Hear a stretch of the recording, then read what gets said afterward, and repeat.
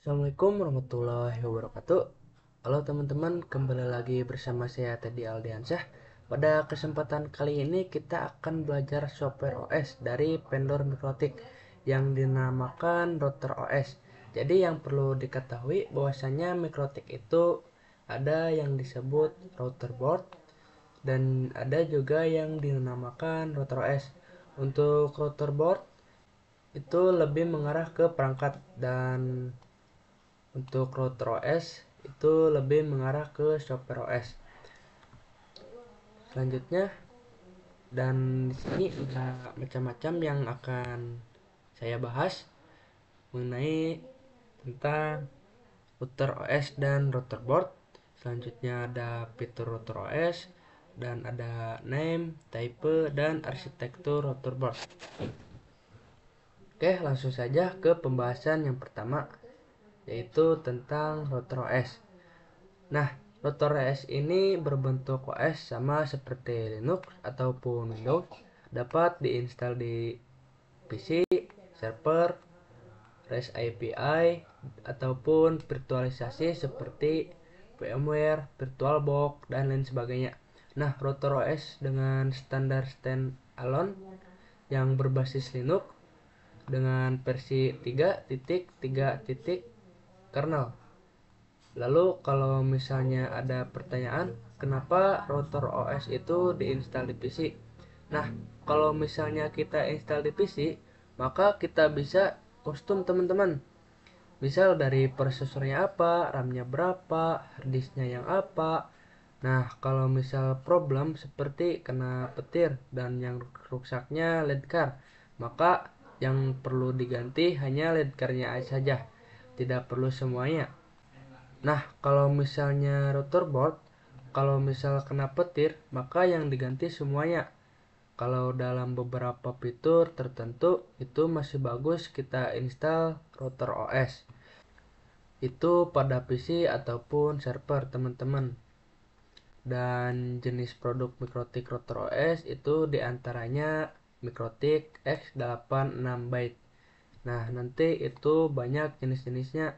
Ada yang Aneto, ada juga Dinara, Ogama, dan lain sebagainya yang terkait dengan router OS. Oke, selanjutnya kita akan membahas tentang router board. Nah, router board itu berarti lebih mengarah ke built-in hardware. Jadi dapat kita ketahui bahwasanya Mikrotik itu banyak sekali fitur-fiturnya. Jadi segala fitur yang terdapat pada Mikrotik itu tersedia ataupun bisa tergabung dalam satu perangkat. Jadi dalam perangkat router board dia memiliki perangkat pecahan. Jadi kalau misalkan yang router board itu dibuat untuk menjalankan sistem operasi router OS ya teman-teman.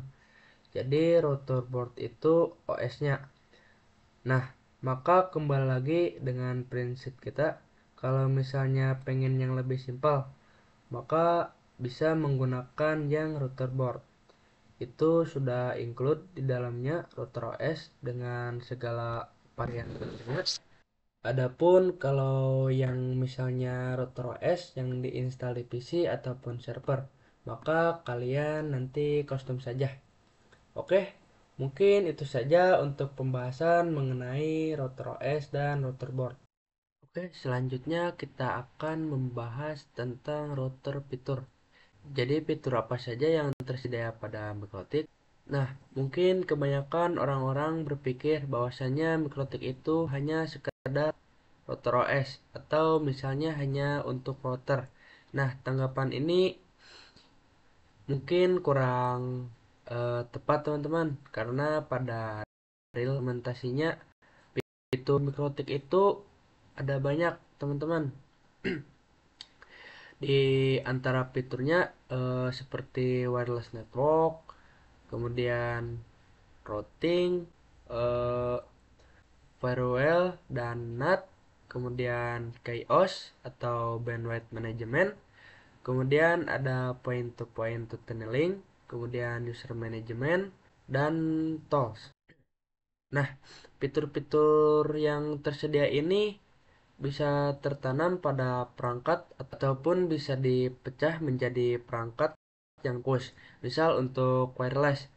Nah, kita bahas yang pertama, ada yang namanya software wireless. Jadi wireless itu nirkabel ya teman-teman. Wireless network sudah tertanam pada mikrotik saat ini, dan wirelessnya ada yang diperuntukkan untuk indoor ataupun outdoor. Nah, dan standarisasinya supportnya itu ABGN ataupun AC.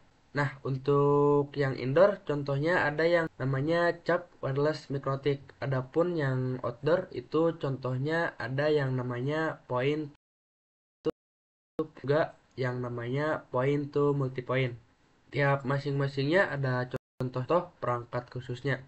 Jadi kalau yang point to point itu contohnya seperti SXTSK mikrotik. Nah, ini salah satu contoh dari point to point. Untuk yang point to multipoint itu contohnya ada yang namanya Manbox mikrotik. Nah, setelah kita membahas tentang wireless, ada fitur yang lain yang tersedia pada mikrotik itu. Ada yang namanya routing. Baik static routing maupun dynamic routing. Jadi routing itu ada dua static routing dan dynamic routing. Dan ini port untuk IP v4 dan juga IP v6 dan juga bisa default route.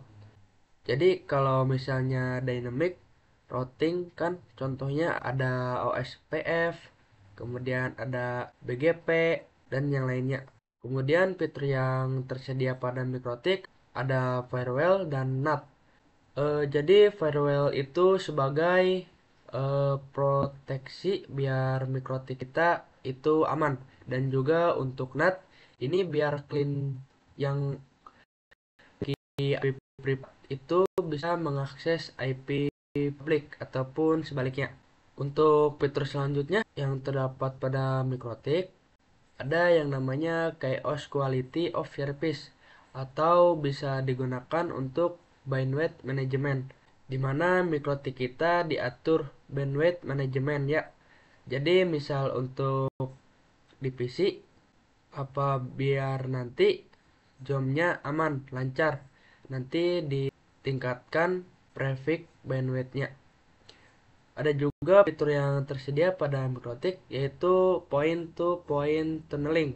Itu bisa kita dengar dengan VPN. Jadi ada yang PPTP, kemudian ada PPOE, terus SSTP, kemudian OpenVPN dengan VPN. Jadi digunakan untuk misal ketika kita menggunakan point to point tunneling, ini mungkin ketika kalian ada yang remote dari jarak jauh.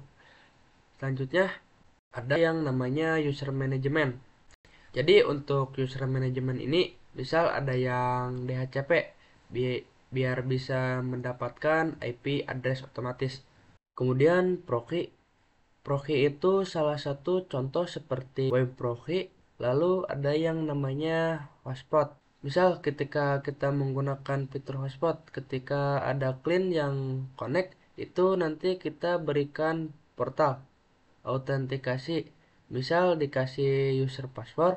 Nah, itu bisa teman-teman. Kemudian ada juga radius. Ini mungkin untuk user manager ataupun mic on ya, dan lain sebagainya. Kemudian yang terakhir ada tools. Jadi mikrotik kita bisa digunakan untuk bandwidth, test, kemudian touch, adapun mapping, MRTG, dan lain sebagainya. Jadi digunakan untuk uji coba ataupun ngecek-ngecek ya. Jadi yang perlu diketahui bahwa mikrotik itu sebuah router yang menghubungkan jaringan tertentu dengan jaringan lain dengan adanya fitur-fitur dan juga di satu perangkat yang sama ataupun terpisah. Jadi sebelumnya gak hanya pada satu perangkat. Mungkin itu saja untuk pembahasan mengenai router OS fitur. Selanjutnya kita akan membahas tentang pengkategorian nama, type, dan juga arsitektur yang tersedia pada Mikrotik router board. Seperti yang kita ketahui sebelumnya bahwasannya Mikrotik itu terbagi menjadi dua, yang berbentuk software ataupun berbentuk hardware. Nah, di sini kita akan membahas lebih dalam terkait hardware, yaitu router board. Untuk yang pengkategorian nama pada perangkat router board Mikrotik itu berdasarkan 3 kategori. Ada yang berdasarkan simbol name, kemudian ada kata atau word, dan juga exceptional naming. Jadi untuk yang pertama berdasarkan simbol nama, kalau misalkan kita lihat di sini ada RB751, RB-nya router board, angka pertama yang 7 ini merupakan seri atau kelas router. Angka kedua merupakan jumlah port Ethernet, dan angka ketiga merupakan jumlah slot wireless. Kemudian ada juga pengkategorian nama selain menggunakan simbol, itu menggunakan kata teman-teman. Misal ada Omnitic, Grop, SXT, dan lain sebagainya. Dan juga untuk pengkategorian nama pada Mikrotik router board, ini juga bisa berdasarkan exceptional naming. Nah, ini name disederhanakan dan disesuaikan dengan tahun pengembangan, dan biasanya Ethernet-nya lebih dari 9 port. Jadi kalau misalkan ada perangkat router board yang memiliki port lebih dari 9, nah ini biasanya dinamakan dengan pengkategoriannya itu exceptional naming. Jadi contohnya itu ada RB600, 800, 1000, dan lain sebagainya. Setelah kita mengetahui terkait pengkategorian nama, sekarang kita akan belajar mengenai pengkategorian type. Seperti yang kita ketahui, sebelumnya RB merupakan router board. Angka pertama merupakan serinya. Angka kedua merupakan jumlah port Ethernet. Dan angka ketiga ini merupakan jumlah slot wireless. Kalau misalkan setelahnya ada tulisan UI, berarti ini merupakan fitur boardnya. Terus juga ada CTWOND, ini merupakan fitur wireless. Dan juga kita akan mengenal terkait arsitektur router board. Jadi sama seperti PC, kalau misalkan PC itu arsitekturnya ada yang kali 64 dan juga kali 86. Akan tetapi untuk Mikrotik itu lebih dari itu. Ada yang namanya MIPS B, MIPS, Tiles, dan lain sebagainya. Jadi arsitektur board dibedakan berdasarkan jenis dan kinerja prosesornya. Dan untuk software atau OS, untuk setiap arsitektur itu berbeda. Dan ketika kalian ingin melihat arsitektur Mikrotik lebih lengkapnya, maka kalian bisa mengunjungi web yang ada di bawah sini, yaitu www.mikrotik.com/download. Oke, mungkin itu saja untuk pembahasan di bab 2 ini. Sampai bertemu di bab selanjutnya.